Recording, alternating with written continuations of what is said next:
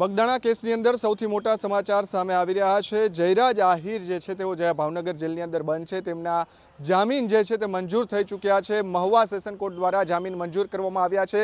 ગઈકાલે બંને પક્ષો જે છે તેમના દ્વારા ધારદાર દલીલો કરવામાં આવી હતી અને આખરે જયરાજ આહિર સહિતના 6 આરોપીઓ છે તેમના જામીન મંજૂર થઈ ચૂક્યા છે। એટલે મહુવા સેશન કોર્ટથી થોડા સમયની અંદર બીડું અહીંયા આવશે ને ત્યારબાદ જયરાજ આહિર જે છે તે આ ભાવનગર જિલ્લા જેલમાંથી બહાર આવશે। એટલે કે સૌથી મોટા સમાચાર બગદાણા કેસની અંદર માનવામાં આવી રહ્યા છે, કારણ કે છેલ્લા 13 દિવસથી 25 તારીખથી જયરાજ આહિર જે છે તે આ ભાવનગર જિલ્લા જેલની અંદર તેમની જ્યારથી ધરપકડ થઈ છે અને ત્યારબાદ તેમના એક દિવસ બાદ તેમને ભાવનગર જિલ્લા જેલ ખાતે મોકલી દેવામાં આવ્યા હતા।